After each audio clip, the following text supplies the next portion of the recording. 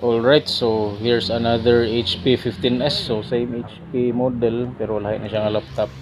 Kanya ang kani po niyang problema is keyboard problem. So ato ani siyang gitanggalan sa iyang old keyboard, baklas gini siya tanan, tanggal motherboard, tanggal peripherals.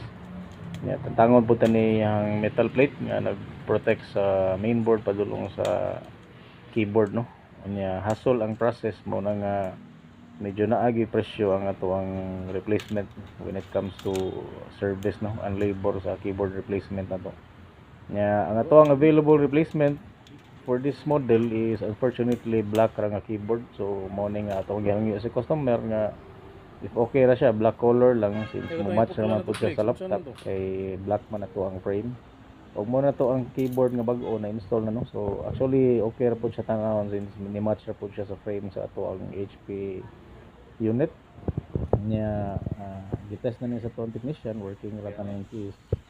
Nya after day na replace ng keyboard, gi-replace na lang po niya siya og SSD, no. Kinaay problem po ang SSD sa ato ang laptop.